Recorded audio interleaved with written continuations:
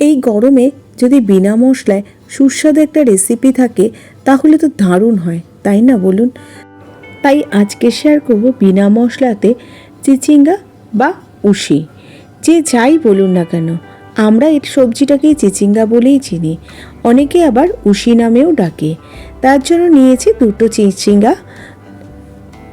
চিচিঙ্গার গাটাকে ছুরির সাহায্যে এইভাবে পরিষ্কার করে নিয়েছি। তারপরে চিচিঙ্গাটাকে ধুয়ে ছোট ছোট টুকরো করে কেটে নেব। চিচিঙ্গার গাটা এইভাবে খোসাটাকে চেঁচে নিলে রান্নাটা ভালো হয়। এবার চিচিঙ্গাটাকে এইভাবে লম্বা লম্বা টুকরো করে কেটে নিয়েছি। তারপরে ছুরির সাহায্যে মাঝখানে যে সাদা অংশটা আছে সেটা পরিষ্কার করে নেব। এই পরিষ্কারটা করে নিলে চিচিঙ্গা খাওয়ার সময় দানাটা আর মুখে লাগে না। এবার ছোট ছোট করে ঠিক এরকম ঝিরিঝিরি করে কেটে নিয়েছি।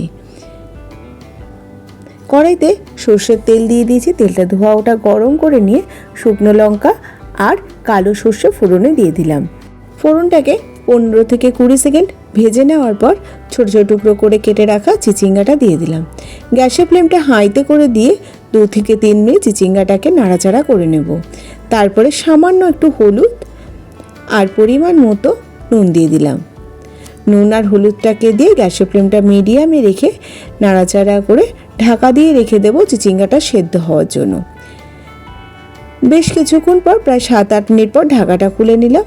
আবার নাড়াচাড়া করে নিচ্ছি। চিচিঙ্গা থেকে কিন্তু অনেকটাই জল বেরিয়েছে।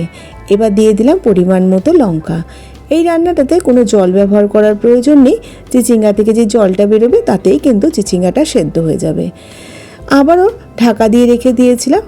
ঢাকাটা খুলে নিলাম। চিচিঙ্গাটা সেদ্ধ হয়ে গেছে, জলটা শুকিয়ে গেছে।